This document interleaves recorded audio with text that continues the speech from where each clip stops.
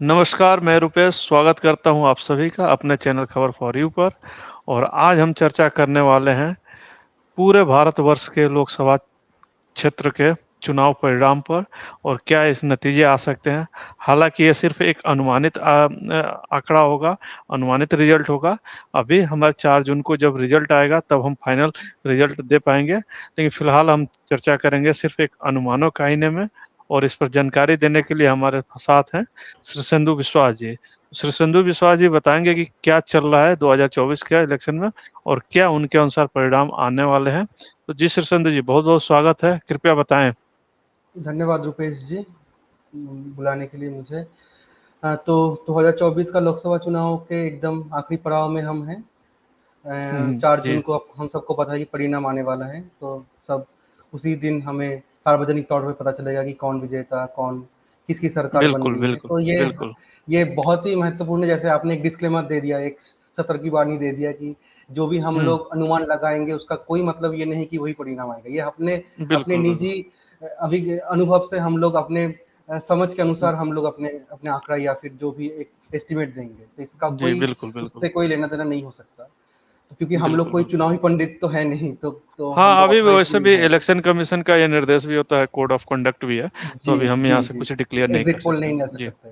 जी, जी बिल्कुल। तो मोटा मोटा हम जो जहाँ तक हमें ये 6 चरण के चुनाव संपन्न होने के बाद जो मोटा मोटा छवि पूरे भारतवर्ष हम्म के तौर पे जो मिला, एक तो वोट प्रतिशत के आधार पे, और एक है हम्म मतदान की जो पैटर्न, जो एक मतदान की जो एक आप नेचर बोल सकते हो, जो प्रकृति रहा है पूरे उत्तर दक्षिण पूर्व हम्म। पश्चिम हर क्षेत्र पे, पूरे देश भर में। राइट। उसमें साफ साफ जो जमीनी स्तर पे जो मेरा जो इनपुट जो आया है, जो जहाँ तक मैं समझ पाया हूँ बहुत हम्म सारे सूत्र के मार्फत, कि इस बार एक अंडर करंट जिसको बोलते हैं, हवा जो है कहीं ना हम्म कहीं वो हम्म उभर के भले ही उतना ना दिखे, लेकिन सत्ता के विपक्ष में या सत्ता के खिलाफ कुछ हद तक, या कुछ जमीनी स्तर पे डिसेंट जो जो बोलते हैं, जो एक हम्म विपरीत भाव जो बोलते हैं, वो सत्ता के खिलाफ हम्म। साफ नजर आती दिख रही है। ये ओवरऑल मैंने बहुत मोटा मोटा बताया कि पूरे भारतवर्ष में। मतलब अब इसका आप ये इसका कहना चाहते अब हैं कि इसका प्रतिफलन, हाँ मैं समाप्त कर कि दूं, अब इसका प्रतिफलन हाँ हाँ, कितना बिल्कुल वोट बिल्कुल। शेयर में या कितना सीट में तब्दील होगा वो तो समय ही बता सकता है। उसमें हम कोई जी बिल्कुल। कोई तुक्का नहीं लगा सकते, कोई अनुमान लगा सकते हैं। लेकिन जो मोटे तौर पे पूरे सामग्रिक जो चित्र हम हमारे सामने आ रही है, वो कहीं ना कहीं सत्ता दल या मौजूदा सरकार की चिंता के कारण बन सकता है। बन ये सकते मैं हैं। इतना तो मैं बन सकती, इतना तो मैं जरूर कह सकता हूँ। अगर जो आपकी बातों को मैं समराइज करते हुए ये कहूँ कि कहीं न कहीं आपको ये लगता है कि एंटी इनकम्बेंसी है इस गवर्नमेंट के खिलाफ में, और ये जी कहीं न कहीं जी बहुत ज़्यादा उभर के नहीं आ रहा है, लेकिन अंडर करंट है, ये लोगों के पास जी है लोग बिल्कुल। इसको चुनाव में वोट देते टाइम शो कर रहे हैं, लेकिन खुलकर कोई नहीं आ रहा है। और कहीं खुलकर न नहीं कहीं बयान आपको दे ये रहा है। जी, और जी ये जो चुनाव परिणाम आएगा तो वहाँ पर ये परिणति होगी इसकी, और वहाँ पर हम देख सकते हैं आपके हाँ, जो ये कि अनुमान है। जी जी, कितना प्रतिफलित होगा लेकिन वो तो चुनाव जब वोट बॉक्स में बिल्कुल। गिनती होगी तभी पता चलेगा। लेकिन जो जो अंडर करंट है, जो एक स्रोत है उनके पक्ष में या हुँ। विपक्ष में, वो तो साफ नजर आती है।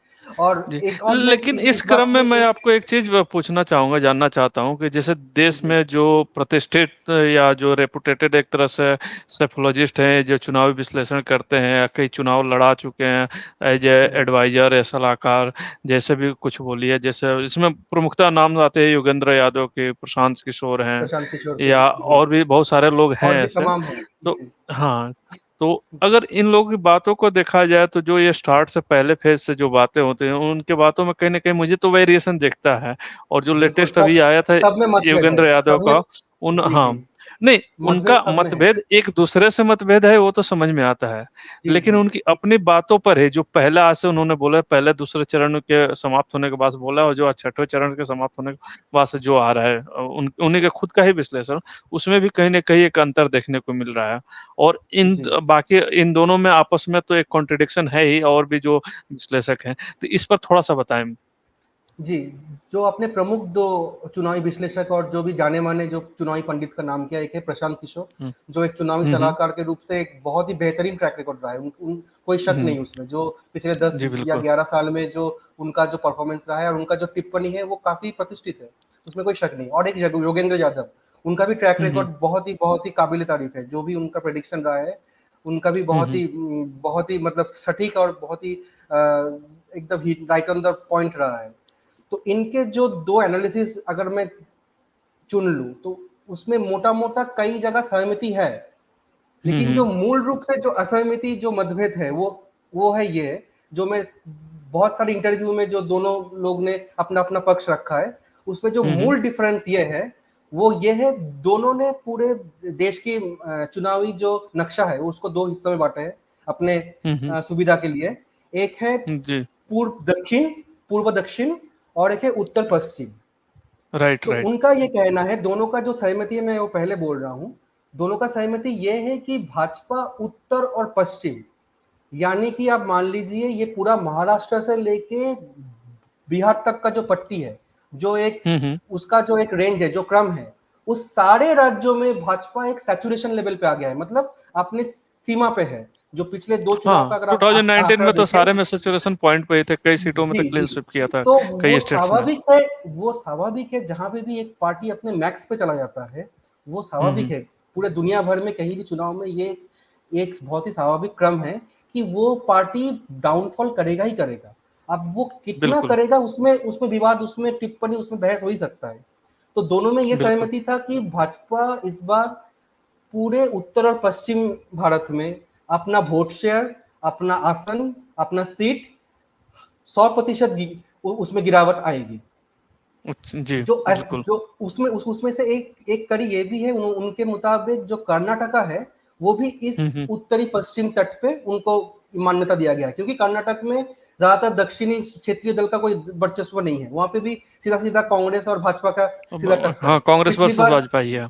जी पिछली बार 28 सीट में से भाजपा ने स्वीप करते हुए 27 जीता था एक बार। लेकिन इस बार ये कर्नाटक की एक बहुत महत्वपूर्ण कड़ी होने जा रही है, जहां पे हम्म, जितने भी ग्राउंड डेटा है वो उसके अनुसार भाजपा कम से कम यहाँ पे 15 से 16 सीट लूज करने जा रही है, अच्छा, जो कि एक बहुत ही बड़ा एक डेटा है।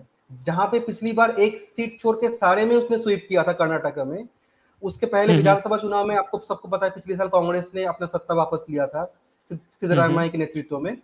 तो वहां पे भाजपा का एक मेजर लॉस होने जा रहा है। जो योगेंद्र यादव के अनुसार जो भी वो गेन करेंगे अपने इस तटीय पट्टी से, मतलब कोस्टल इलाके से, जो उनके भाषा में जो बोलते हैं पूर्व से लेके दक्षिण की तट्टी, मतलब उड़ीसा से लेके हम्म, केरल तक, इसमें कुछ हम्म, एक इलाके में जो भाजपा मतलब अपना उसमें नफा करते नजर आ रही है, अपना उसमें कुछ इजाफा करते नजर आ रही है, वो सारा के सारा जो इजाफा होगा वो एक हम्म, कर्नाटक में ही वो बैलेंस आउट हो जाएगा, उसमें राइट ऑफ हो जाएगा। ये अच्छा, योगेंद्र यादव का मत है। तो सीधा सीधा जी, अगर मैं नुकसान नफा नुकसान का अगर मैं सीधा सीधा हिसाब देखूं, तो योगेंद्र यादव के अनुसार ये पूरा उत्तर से लेके पश्चिमी तट के भारत में भाजपा आज की तारीख में कम से कम 80 से 90 जी, सीट, उनका ये अगर मोटा गणित है। और ये भी बोला गया है कि ये बहुत ही कंजर्वेटिव पोल है, मतलब बहुत ही एक उसको कोई मतलब एग्रेसिव पोल नहीं है, ये बहुत ही मतलब कम से कम ये मान के चल रहे हैं कि बिल्कुल, बिल्कुल, पश्चिम से बिल्कुल, लेके दक्षिण में उत्तर में कम से कम 90 से 100 सीट जी, भाजपा लूज कर तो सकती है या उस स्थिति में है। आप जो कहना चाहते हैं उसका ये मैं सीधा-सीधा समराइज़ करूँ अगर तो ये है कि जो पश्चिमी और उत्तरी वाला क्षेत्र है, यहाँ से तो कुछ लूज़ करेगी ही करेगी बीजेपी और इसमें कर्नाटका में विशेष रूप से करेगी। और जो कुछ जी पूर्वी या दक्षिणी क्षेत्र में जो बढ़ रहा है, जैसे कि अनुमान लगाया हम्म जा रहा है, तो ये कहीं न हम्म, कहीं वो हाँ, सिर्फ़ कर्नाटका वाला वो सीट सारे कर्नाटका में बैलेंस हो रहा है। बैलेंस आउट हो तो मोटा जाएगा। मोटा खाता ब में भाजपा का अच्छा। लूज सारे पश्चिम और उत्तर में ही होगा। ये मैं यही संक्षिप्त उनका कहने में का मतलब। थोड़ा-सा स्टार्ट करता हूँ जो प्रमुख राज्य हैं जहाँ पर सीटें ज़्यादा हैं और मैं उत्तरी छोर से चलता हूँ। यहाँ पर सिर्फ़ आप जी एक अपना संक्षिप्त में अपना अनुमान बता दीजिए कि यहाँ पर वास्तव में क्या होने वाला है। जैसे मैं स्टार्ट करता हूँ जेएनके से। जेएनके में आपको क्या लग रहा है? क्योंकि भारतीय जनता पार्टी यहाँ पर तो घाटी की सीट पर लड़ी नहीं है। पिछली बार वाला क्या हाँ, अपना प्रदर्शन है रिपीट कर पाएगी यहाँ पे जेएनके तो में? घाटी में सीधा सीधा नेशनल कॉन्फ्रेंस और पीडीपी का ही मुकाबला हाँ, होता है, जो घाटी क्षेत्रीय में तो पार्टी वैसे है। भी नहीं जीते थे, लेकिन जो जी जी, जम्मू वाला क्षेत्र है और लद्दाख, क्या जम्मू में यहाँ जीता पर था। तो जी। अपेक्षित है कि जम्मू में हो सकता है कि बीजेपी भाजपा अपना सीट को बना रखने में सक्षम हो, लेकिन पंजाब में जो क्या पंजाब और पंजाब में हिमाचल में? सीधा जो हाँ, पंजाब में जो 13 सीट है उसमें तो आम आदमी पार्टी और कांग्रेस ने कोई गठबंधन में नहीं गया, क्योंकि उनको पता था कि भाजपा यहाँ पे कोई प्रमुख शक्ति के तौर पे उनको कोई मान्यता नहीं दिया गया है, तो ये कभी भी थ्रेट नहीं हो सकता कि आप एक सीट निकाल लें। तो वो आपस में ही बांट जाएगा। जो अनुमान है, जो सबको पता था कि आपस में ही वो हो सकता है 8-4 हो या फिर 9-5 हो, वो 13 सीट आम आदमी फिर पार्टी और कांग्रेस में बट जाएगी। हिमाचल उससे प्रदेश अगर जो 4 सीट है, हाँ, अगर हिमाचल हम्म प्रदेश की तरफ हम लोग बढ़ेंगे, वहाँ पे शायद 4 सीट है। उस पे पिछली बार जी शायद बिल्कुल। कांग्रेस को एक जीता था और बाकी 3 भाजपा के खाते में गया था। तो इस बार भी हो फिर सकता है वही हो। अगर मैं जो हाँ, जो हरियाणा, दिल्ली अगर और उत्तराखंड की बात करूं, तो इस पे जी, आपको क्या लग रहा है यहाँ पर? हाँ, इसमें सबसे इंटरेस्टिंग और सबसे जो मतलब उत्साहित करने वाली बात है वो है हरियाणा। वो एक अच्छा। बहुत ही बड़ा स्टोरी है। हरियाणा में हम्म। जो ज़मीनी जो तथ्य आ रही है, पिछली बार यहाँ पे 10 के 10 सीट भाजपा ने स्वीप किया था। एक रोहतक जी को जी। छोड़ के, जहाँ पे बहुत ही कांटे का मुकाबले से दीपेंद्र हुड्डा परास्त हुए थे, हाँ, कुछ साढ़े हजार तीन। वोटों में से। हाँ हाँ, जी, 3.5 या 7.5 बाकी हजार वोटर से। जी, बाकी सारे सीटों में एक तरफा मुकाबला रहा है लगभग। उस जी बिल्कुल उस बिल्कुल। सोचिए, उस प्रदेश में एक 5 साल के अंतराल में समीक्षा ये बता रहा है कि अभी इंडिया गठबंधन कम से कम 6 से 7 सीट जीतने की स्थिति में है। तो ये मेरे लिए अच्छा, स्टोरी ऑफ द लेकिन ईयर है। इसमें मैं एक राज्य एक रोचक कहानी बता दूं, चूंकि मैं गुड़गांव जी, में ही जी, रहता हूं और जी, चुनाव वाले दिन मैं खुद 4 बूथ पर गया हूं जहां पर मैं जी, रहता हूं। और एक बड़ी मैं जी, मजेदार कहानी आपको बता दूं। मेरे एक मित्र हैं, वो जी, पूर्ण भाजपाई हैं। वो हमेशा भाजपा जी, को वोट देते आ रहे हैं, 2009 से वो वोट दे रहे हैं। तो उन्होंने जी, बोला कि एक बार, इस बार मुझे मन कर रहा है कि मैं कांग्रेस को वोट दे दूं। और जी। बोल रहे थे कि देखता हूँ कि कांग्रेस को वोट देने के बाद से फीलिंग कैसी आती है। अच्छा, तो एक वो प्रयोग लगभग कर लगभग देता हाँ, 3:30 है। पौने जी, 4 के आसपास में वो अपने नजदीकी बूथ पर गए जहाँ पे उनका वोट था, कि कांग्रेस को जी, वोट दे दें। और जी, जब वहां पर गए तो वहां पर नजारा क्या देख रहे हैं कि वहां पर सिर्फ एक स्टॉल लगा हुआ है जहाँ पर भारतीय जी, जनता पार्टी के कार्यकर्ता हैं, और वहां से वो पर्ची वगैरह कट रही है। और वो सुबह जी, उठे थे, सुबह वो 10 बजे के आसपास गए थे तो वहां पर कांग्रेस वाले लोग थे। जब वो 3 बजे के जी। आसपास गए तो कांग्रेस वाले वहां से चले गए थे, वो नहीं थे। अच्छा, तो अब जी, इन्होंने आकर के बोला कि आज पहली बार मैं सोचा था कि कांग्रेस को वोट दूं, और वहां पर कांग्रेस का कोई पर्ची काटने वाला नहीं था, कोई कार्यकर्ता नहीं था। तो उन्होंने वोट फिर जा करके बोले कि इस बार बेमन से ही दे रहा हूं, लेकिन मैं भाजपा को वोट दे रहा हूं। और मैं तीन अच्छा। चार बूथों पर घुमा तो वहां पर यही हालत है। उसके अलावा मेरे पास, जो अभी मैं फोन करके बात किया था, मेरे पास हुँ, 27 बूथ पर अलग अलग जिलों से आया था। और वहां से बता हुँ, रहे थे कि कहीं ना कहीं एक भारतीय जनता पार्टी का ही एक ऐसा बूथ था, और लोकल में भी कुछ जो लोग थे, जिनका स्टार्ट से एंड तक लोग उनके कार्यकर्ता रहे थे। नहीं तो कांग्रेस के ज्यादातर सीटों से कहीं ना कहीं लोग जो कार्यकर्ता है पोलिंग एजेंट पर, वही गायब हो गए थे। तो मुझे थोड़ा सा इसमें कंट्रास्ट दिखाई दे रहा है। फिलहाल हम जी, इसको आगे करते हैं, आगे बढ़ते हैं जी। और एक चीज़ और दूसरे जोड़ना चाहूँगा इस खबरों का, जो हरियाणा का ज़िक्र किया, जो गुड़गाँव जहाँ से राव इंद्रजीत इस बार लड़ रही है तीसरी बार के लिए, हम। यहाँ पे ये सीट और फरीदाबाद सीट, जो 2 ऐसे मतलब शहरी इलाका में जो ऐसी सीट है, जहाँ पे मार्जिन इतना बड़ा रहा था, जो कभी सोच भी नहीं सकता था कि वो लड़ाई में भी जा सकती है। वो कांटे की बिल्कुल सही है, टक्कर नहीं। ले मार्जिन सही है, लेकिन लेकिन जी। प्रॉब्लम ये है कि कार्यकर्ता ही अगर चुनाव वाले दिन अगर एक्टिव नहीं है, उनका पोलिंग हाँ, एजेंट वो ही नहीं मिल एक पाए फैक्टर हो तो। सकता है, लेकिन वो सारे पूरे पिक्चर नहीं बयाँ करती है, ये भी बात है। नहीं नहीं, लेकिन जो मोटा-मोटा, हाँ, जो मोटा-मोटा मैं तस्वीर जो ग्राउंड रियल पे जो खबर में हमको नज़र आ रही है कि एक एक प्रदेश जो पिछले 5 साल पहले 10 के 10 सीट एक सत्ताधारी दल को देता है, जो भी कारण हो, उसमें से हम्म। इतना रातों-रात इतना परिवर्तन, इतना जो लोग कह रहे हैं कि अब जी। आजकल तो ये भी बहस चल रहा है कि करनाल सीट, जहाँ पे पूर्व मुख्यमंत्री अपना लड़ रही है, वो भी सीट सुरक्षित नहीं है। मनोहर लाल ऐसी भी खट्टर। अटकलें, अच्छा। मनोहर लाल खट्टर जी। खुद टिकट में हैं, फिलहाल हम समय वो को भी सीट देखते हुए थोड़ा सा आगे बढ़ते हैं। जी। इससे चलते हैं राजस्थान, उत्तर प्रदेश, मध्य प्रदेश, छत्तीसगढ़। इसमें जस्ट बहुत संक्षिप्त में बता दीजिए, क्योंकि समय की हमारे जी, पास थोड़ी सी कमी है। पूरा हिंदी हार्टलैंड, सीधा-सीधा कांग्रेस और भाजपा का मुकाबला आप सबको पता ही है। हम्म। राजस्थान अगेन बहुत ही रोचक है। इस बार जो डेटा आ रहा है उसमें से ये कहा जा रहा है, पिछली बार तो स्वीप था, हम्म। 25 में से 25 ही गया था भाजपा के खाते में। इस बार कहा जा रहा है कम से कम नहीं तो 6 से 7 सीट जो ऐसा है जो कांग्रेस के खाते में आसानी से जाती हुई दिख रही है। अच्छा उसमें जी से बिल्कुल। इज़ाफ़ा हो ही सकता है। ये कंज़र्वेटिव जो मिनिमम अप्रोच है। एक अब जो आते हैं योगेंद्र यादव का जो विशेष वो एक तरह से एनालिसिस है, वो है गुजरात के जी। बारे में। गुजरात के बारे में वो बोल रहे हैं कि 6 से 8 सीटें, कई बार उन्होंने 10 सीटों तक भी बोल नहीं, दिया नहीं, कि लूज उसने कर 3 रही है। प्रदेश को तो एक साथ लिया। अब शायद थोड़ा-सा अपने सुनने में गलती हुआ। उसने गुजरात, राजस्थान को मिला के बोला कुल 7 से हम्म 8 सीट, जहाँ पे केवल और केवल अच्छा। राजस्थान से 6 से 7 सीट और गुजरात से हो हम्म। सकता है 2 सीट, एक आम आदमी पार्टी का और एक कांग्रेस का विपक्ष के खाते अच्छा। में जाते हुए दिख संभव दिख रही है, उनका अनुमान है अच्छा। ये। और बिहार में आपका क्या अनुमान है, बिहार के सीटों का? बिहार भी अगेन बहुत रोचक है। इस बार जो गठबंधन है उसमें से जोगेंद्र जी का ये अनुमान है कम से कम नहीं तो 15 सीट का नुकसान है सीधा सीधा एनडीए का। इसमें भाजपा अच्छा। को हम लोग सीधा नहीं बोल सकते क्योंकि जेडीयू और लोजपा भी साथ में है। तो एनडीए का हम्म। सीधा सीधा 15 सीधा सीधा नुकसान, उससे ज्यादा भी हो सकता है उनका अनुमान के एक अनुसार। और भी महत्वपूर्ण स्टेट है महाराष्ट्र, जहाँ पर कई सारे बहुत गठबंधन है, कई सारी पार्टियों सेकंड का हाईएस्ट गठबंधन है। है। हाँ, या तो यहाँ पर संक्षिप्त में थोड़ा सा बता दीजिए। जी 48 सीट, सबसे दूसरी सबसे ज्यादा सीटों वाली प्रदेश। हम्म। पिछली बार भाजपा का अकेला ही 23 था और एनडीए गठबंधन को लेके मेरे ख्याल से 41 था। विपक्ष के खाते में शायद हम्म। 7 गए थे अगर मैं भूल ना हूं तो। इस बार जो राइट।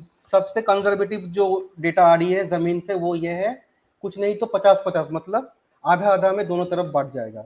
सबसे ज्यादा नुकसान सबसे ज्यादा नुकसान अजीत पवार गुट का और शिंदे गुट का होगा ही। भाजपा सबसे कम नुकसान में होंगे क्योंकि वो अपने गठबंधन महाराष्ट्र में में। सबसे महाराष्ट्र में सबसे मजबूत स्थिति में है। जो सबसे कमजोर स्थिति में है वो शिंदे गुट का सेना और अजीत पवार का जो राष्ट्रवादी कांग्रेस पार्टी का जो गुट है वो सबसे ज्यादा नुकसान में दिखाई दीजिए।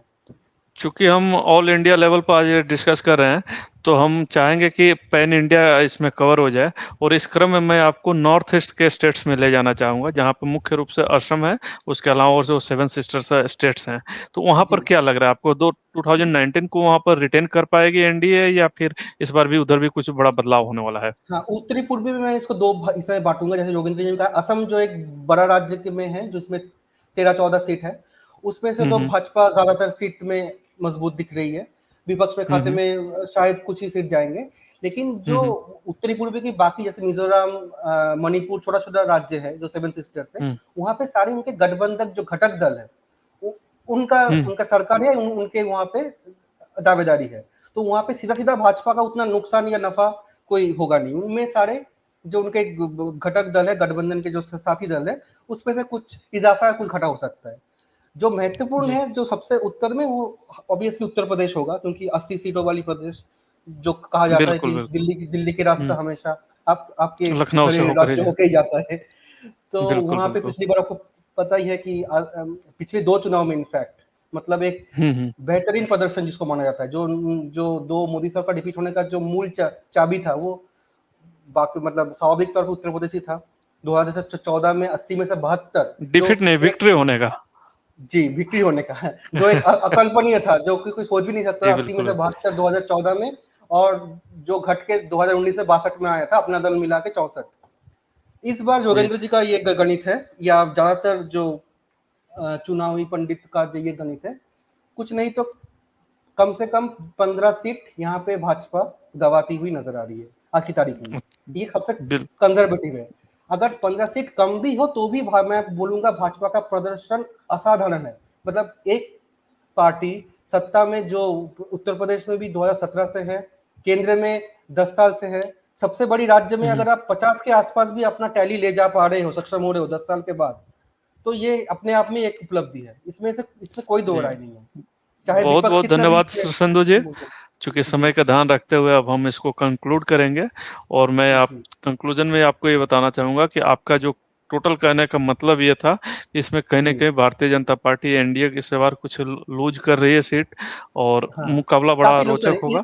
इसमें हालांकि मतभेद हो सकता है संख्या को लेके। जी। मैं बस हम्म। एक सवाल आपसे पूछना चाहूंगा, आपके अनुमान से एक मोटा मोटा अगर संख्या हम आपके सभी दर्शकों को दे सकते हैं, फिर मैं अपना एक जी। मोटा मोटा अपना जो अनुमान है वो देंगे लेकिन मोटे मोटे मेरा मेरा जो संख्या है इस समय तक, जो अभी मैं कैलकुलेट कर पा रहा हूँ, और कुछ मेरे पास इनपुट्स है, मैं भी ऐसे तमाम लोगों को फॉलो करके करता हूँ। हाँ, तो मेरा जो पूरा भाजपा और अनुमान है, एनडीए मिला के और हाँ इंडिया मिला के हाँ, दोनों अलग मुझे अलग नहीं पता ब्रेकडाउन। कि इस समय नंबर देना सही है जी या नहीं है, जी, लेकिन किसी को नहीं अगर पता, ऐसे, हम तो हाँ, सभी हाँ, जी एक तो तुक्का ही लगाएंगे। 317, 317 plus minus of 370 five, 17 NDA 17, no no, NDA को, 70 70 नहीं, हाँ 17 नहीं, बीजेपी को प्लस खाली माइनस आप भाजपा फाइव को आप से दे रहे हो 370, मतलब पिछले चुनाव 17 से 14 17। ज्यादा। हाँ अच्छा, मतलब बिल्कुल पिछले बिल्कुल चुनाव से बिल्कुल। 14 ज्यादा दे रहे हो।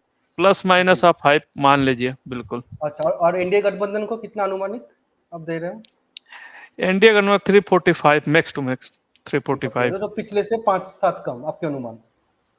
हाँ, आप लगा जी सकते हैं, बिल्कुल, बिल्कुल। जी जी, जी। बहुत-बहुत धन्यवाद शिव सुंदर जी। फिर मिलते हैं किसी एक नए एपिसोड में। धन्यवाद। धन्यवाद।